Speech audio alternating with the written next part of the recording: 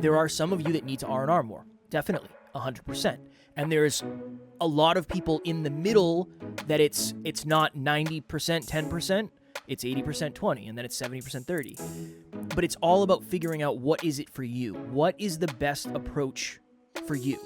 If you are overwhelmed, understand that you're not alone in that. There's a lot of people overwhelmed behind the scenes. That's just life, and there's nothing wrong with you. Decide the level of overwhelm that you can tolerate without burning to the ground right now, and make sure you design your goals based on that. Next Level Nation, welcome back to another episode of Next Level University, where we help you level up your life, your love, your health, and your wealth. We hope you enjoyed yesterday's episode number 1628. It was Freestyle Friday. I named it, Alan, Control Equals Confidence with a question mark, because that's kind of where we started, and that was a through line of our conversation, so that is what it is titled retroactively. Today, for episode number 1629, Alignment Affects Overwhelm. I know maybe you're sick of hearing me complain, but just always know I am complaining constructively, not complaining to just complain. My complaints are usually tied to something, and I always hope there's a lesson or a breakthrough in them. So this week has been probably one of the busiest weeks I've ever had in terms of just the amount of hours put into doing stuff. And I had a realization yesterday, Alan. Was it yesterday or Tuesday? Yeah, yesterday, where I got up at 5. And again, this is not morning routine porn. I'm not saying you should get up at 5 and do this. This was my experience. I got up at 5 and I went and I worked.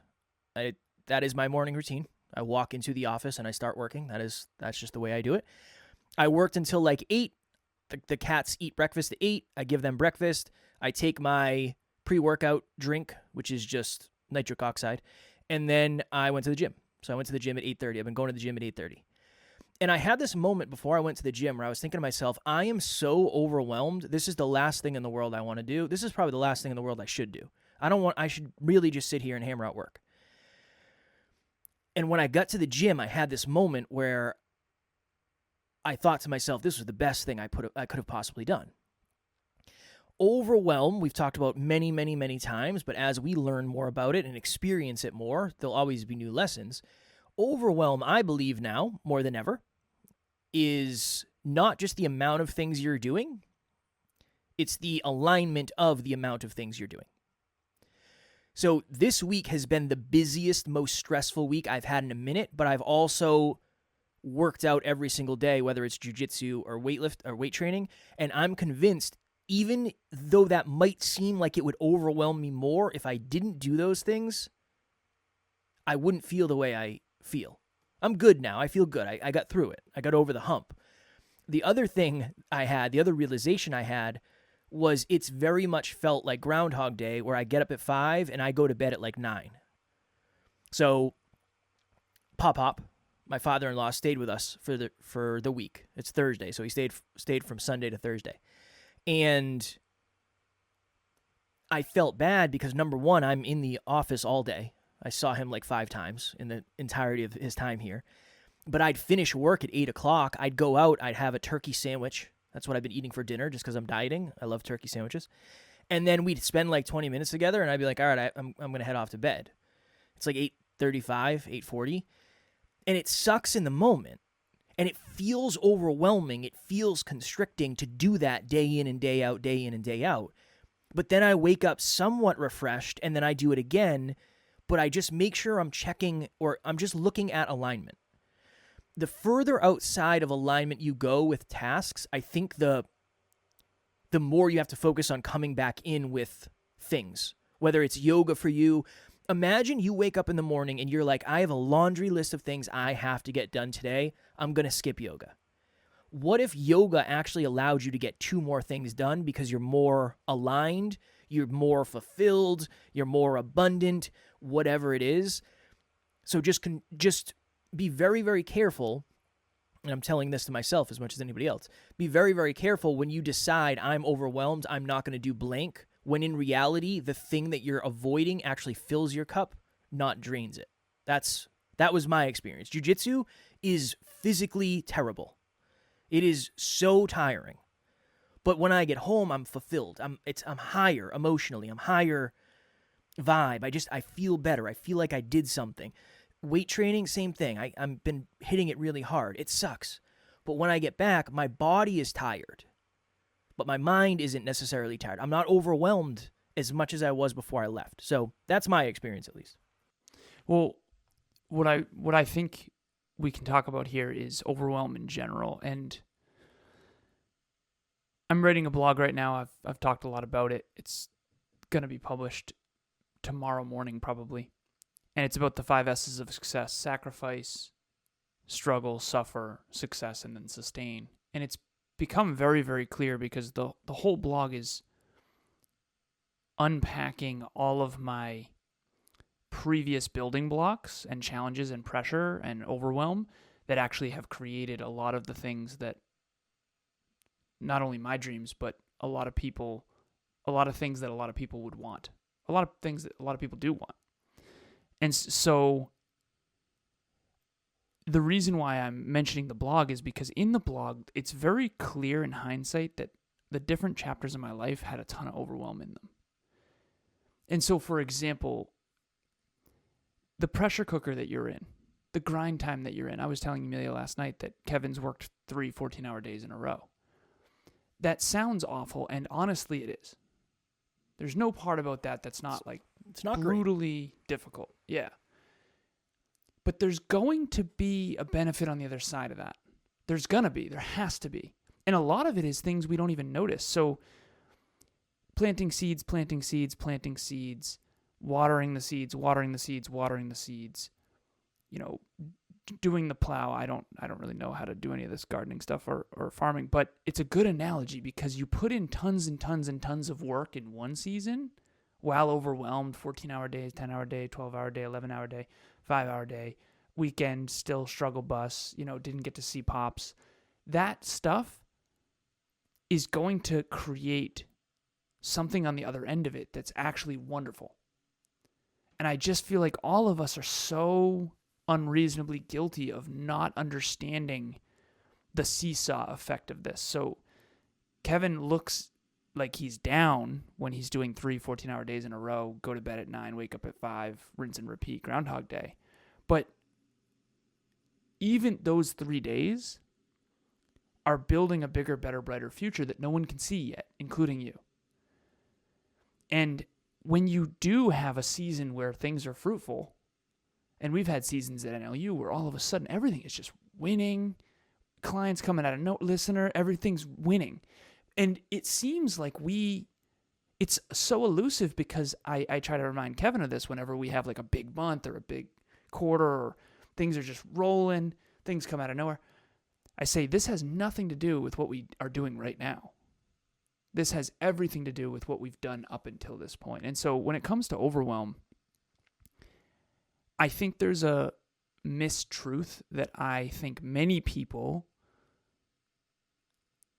including myself, are up against, which is the belief that you can achieve great things without it. I no longer believe that's true in anything. And I know that's not the point of this episode that you wanted to make, but for me, for example, very overwhelmed as well. Definitely the most overwhelmed I've ever been. But I'm also able to handle that overwhelm more. It's the whole squatting analogy. Now that I'm better at squatting, I can squat heavier weight, that kind of thing. But I'm still doing the things that are aligned in tandem with the stuff I don't want to. And so I think a good way to explain this is you have one train, which is the stuff you have to do in order to achieve the thing that you ultimately want, whatever it is.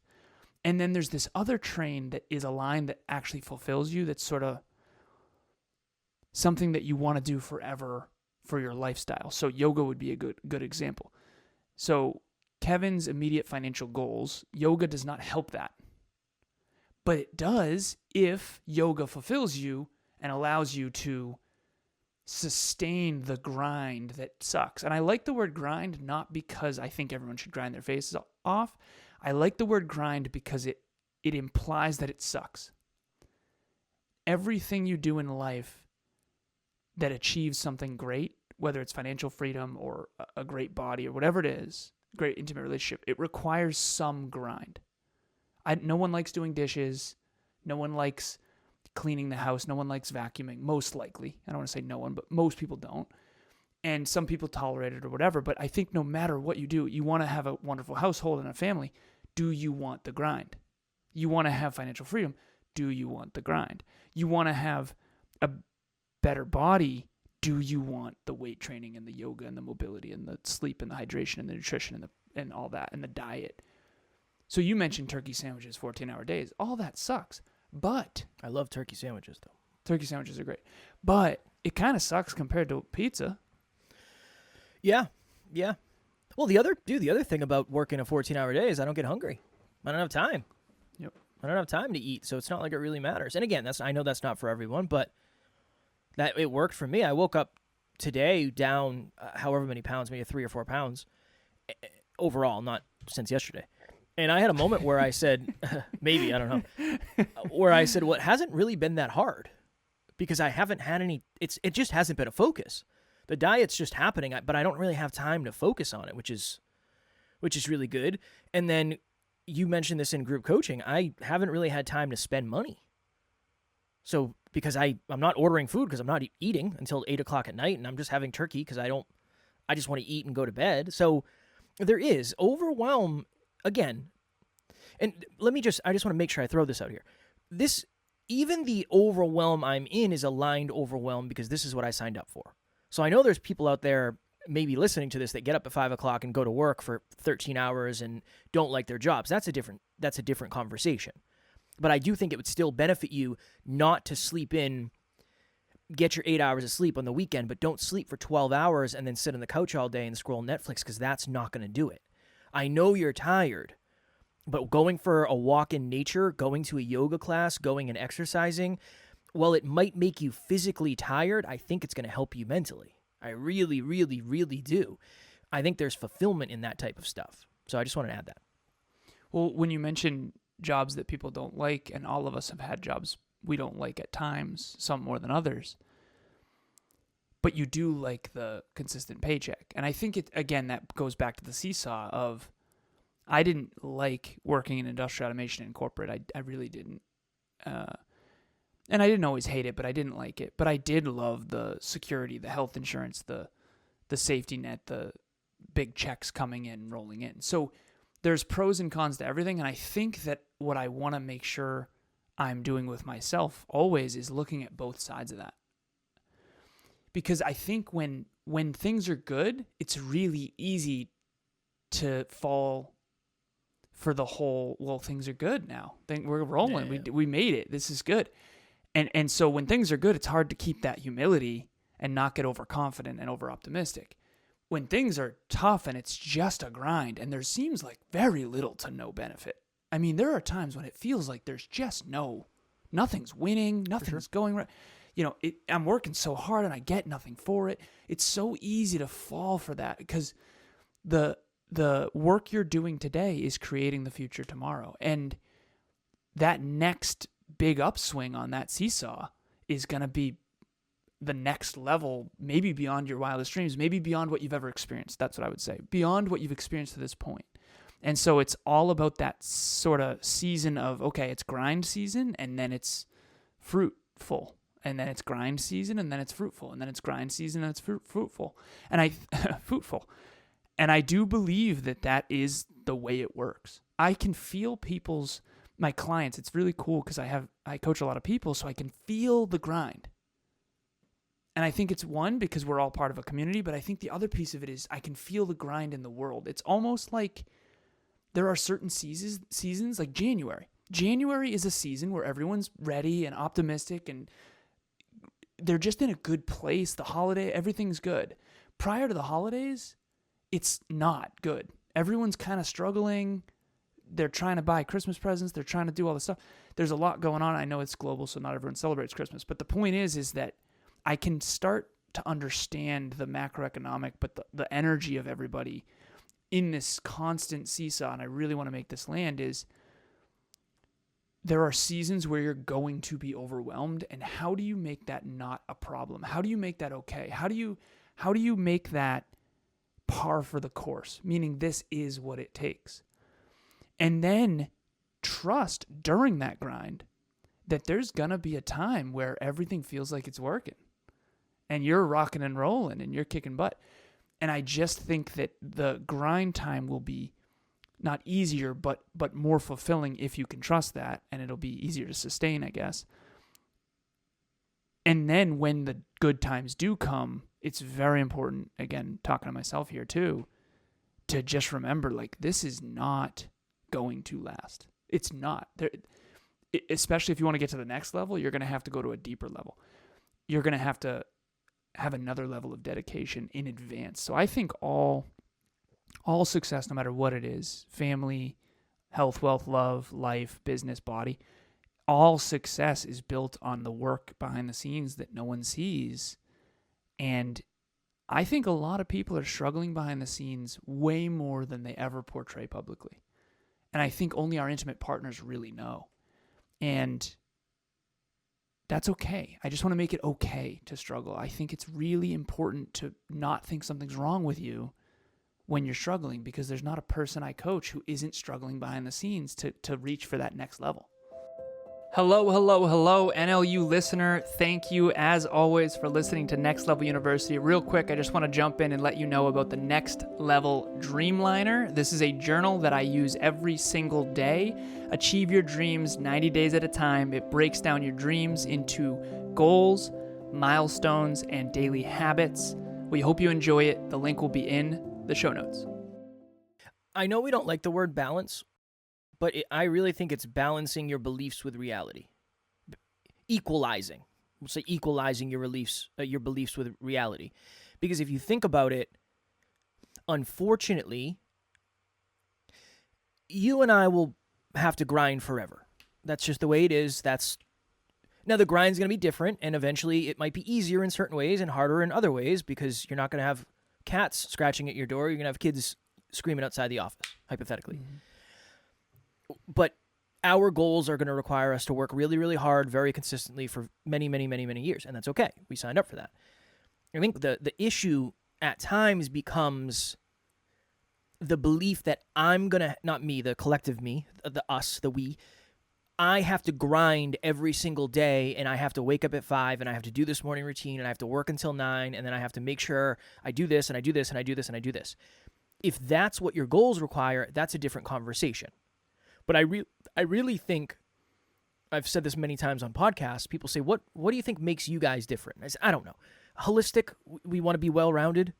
I don't want to be wealthy and single.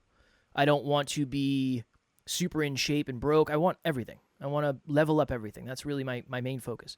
But I said, I really think our strength came from the weakness of thinking everybody had to do something in a certain way. Really, what we're always trying to do is move you closer to the right place for you. So there are some of you that need to grind more, definitely, 100%. There are some of you that need to R&R more, definitely, 100%. And there's a lot of people in the middle that it's not 90%, 10%, it's 80%, 20%, and then it's 70%, 30%. But it's all about figuring out what is it for you. What is the best approach for you? I really think that's the most important thing. Because, again, unfortunately, a lot of us are convinced that we're supposed to be overwhelmed and we're supposed to grind, but the goals we want aren't necessarily indicative of that level of effort. Now, it's a different conversation, as I mentioned in yesterday's episode or the episode before. If you get to the place that you think you wanted and you say, this isn't what I wanted, and then you regret the work you did, or you get, quote-unquote, stuck in a place that you don't want to be and you regret the work you didn't do. Those are different things. How does someone know if they want to... How does someone know if they are on the end where they need to grind more to achieve their goals, or if they need to R&R more? I don't know. You gotta be real with yourself. How entitled are you with what level of success you think you should have? I think that's an important question. That's one thing I would say, but I don't really know. I think you have to look at What are other people? No, you can't, because you're going to look at the top of the top who aren't doing it the way you're doing it. You got to try for long enough to see what happens. I know a lot of people. That's the hardest part. know. Because what's long enough? 6 months, 6 years? That's the thing, dude. I've done you have things to see for your months. limits. I think you have to see your limits. You have to see. The other thing is, what are you going to be the happiest? What are you going to be the most fulfilled doing? That's like my new thing. It's success. I think for most of us is figuring out the inner game of what's most important to us, and then matching it with the outer game of what we're capable of, and willing to aspire to. Achievements are only part of what you value. It's less. You have to value. Yeah, exactly. Some people they don't achieve. They don't some at all. achievements, so you can't get rid of them completely. Right. Everyone needs to have a certain monthly income or whatever it is, Yeah. and the lifestyle that you do enjoy or want to enjoy or whatever that dream is of lifestyle also requires a certain achievement of income, monthly income. So it gets very complex. And if anyone wants help with any of that ever, please reach out. But it is fascinating to ask that question to you, because I checked in with myself as well. I don't know if I really have a good answer. I would say if you tend to enjoy R&R more, you probably need to grind more. And if you tend to enjoy working more, you probably need to R&R more. That's the best I could come up with. But of course it's that way, because I've noticed there's certain people that I'll coach, I know we got to jump soon, that they want huge things. Like they do. They really have big goals and they really do want to achieve them. But I'll notice that there's this part of them, and this is where it gets complicated, because we all have different parts. There is a part of me that just wants to watch movies and eat food. That's true.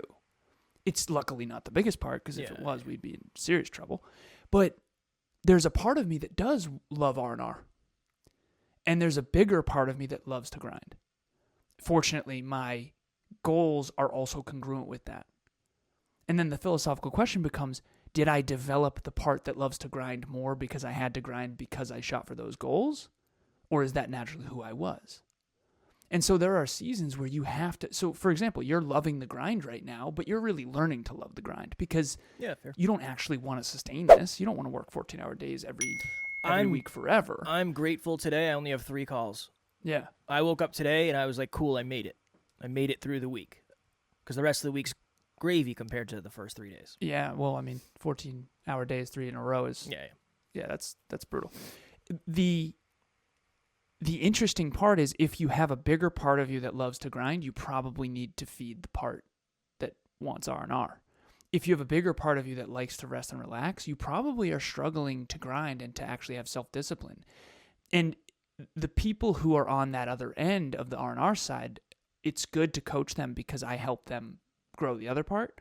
But the things they want in life, Kev, a lot of times, again, I'm just speaking about my clients, are actually beyond what their grind can get them. That's fair. And that makes me sad, because you can want that all day. Like, you can want to make $7,000 a month. It's easy to want that. But if you actually intend on creating $7,000 a month, and the lifestyle that comes with that, like, think about how good your lifestyle could be if you could pull that off. If you could actually, and I believe everyone could, if they really, really, really, really tried and they played the long game, I can teach you how to do it. But if what you want in life, like a beach house or whatever, requires $7,000 a month, and that's a big number, maybe 5, whatever, but then you need to have some part of you that actually enjoys grinding. You almost have to develop it and learn how to enjoy it, even though you don't enjoy it. And so that's a whole nother discussion. But at the beginning of this episode, we talked about overwhelm and sacrifice, struggle, all this stuff. There's certain things that you enjoy that fulfill you, that you need to do forever. And by need to, you should do forever, because they keep you on, they keep your mental health well. Yeah. And then there's this other bucket of stuff that no one wants to do, that is just part of life. And Emilia's dad calls it a shit sandwich. You have to wake up every day, you have to eat a shit sandwich. And Emilia says that too. And I feel like every one of us has a shit sandwich we have to eat at least once a day. And maybe that's, for me, it's writing. I can't stand it, but I know I'm supposed to do it. And I'm starting to enjoy it more, which is good, because I'm starting to get in flow. But for the last 50, 9 days of 2024, I haven't missed, but I haven't once been excited to write. And just like you're not excited to do certain things you do. So, but they are necessary for you to create the income that creates the lifestyle that you ultimately want. And so I think that's a constant duality that we all have to face, and hopefully some breakthroughs came of this. Another episode about overwhelm. Part 67. Part 67. Check in on your alignment. When you get the most overwhelmed, how aligned are you with the stuff that fulfills you? Sometimes you got to come up for air. You come up for air sometimes. I think that's so important. It's so important to understand, like, what's your air? So I think that's what the grind is. It's holding your breath and going and doing something that's just not sustainable.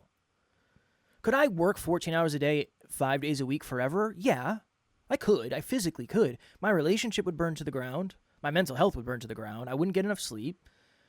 I could do it, but it's not. Fitness would. Everything would crumble. Yeah. I'm not designed for that. But I also wasn't designed to work 14-hour days, 3 days in a row at one point. But it's aligned. Again, we got to go. We got to go because you have a call. So don't open another rabbit hole. You have heard this many, many times, but just a friendly reminder. Next Level Live is March 23rd, 2024. Virtual as well as in person. Tickets are available. Link will be in the show notes. We would love to see you there. Anything you want to add very quickly? Next Level Nuggets, I don't think we did them. The next level nugget that I have is, if you are overwhelmed, understand that you're not alone in that. There's a lot of people overwhelmed behind the scenes, and then there's a success on the other side of that seesaw that you do end up seeing. And, brand new, beautiful house, but yet the mortgage is wildly overwhelming. That's just life, and there's nothing wrong with you. Decide the level of overwhelm that you can tolerate comfortably. Not comfortably, that you can tolerate without burning to the ground right now, and make sure you design your goals based on that. That's my next level nugget. I would just say alignment. Check in with alignment. Next time you're really overwhelmed, ask yourself, how many things are you doing that bring you joy? It doesn't mean you have to do 80% things that bring you joy and 20% things that kind of suck. Just figure out what the right ratio for you is. What's your personal ratio? That is what I would say, my next level nugget. Tomorrow, for episode number 1630, the importance of understanding your feedback language. We're very big on feedback, giving feedback, asking for feedback, receiving feedback. But I had an understanding, or I had a breakthrough recently that I wanted to share when it comes to feedback. So we will talk about that tomorrow. As always, we love you. We appreciate you. Grateful for each and every one of you. And at NLU, we do not have fans. We have family. We will talk to you all tomorrow. Keep it aligned. Next Level Nation.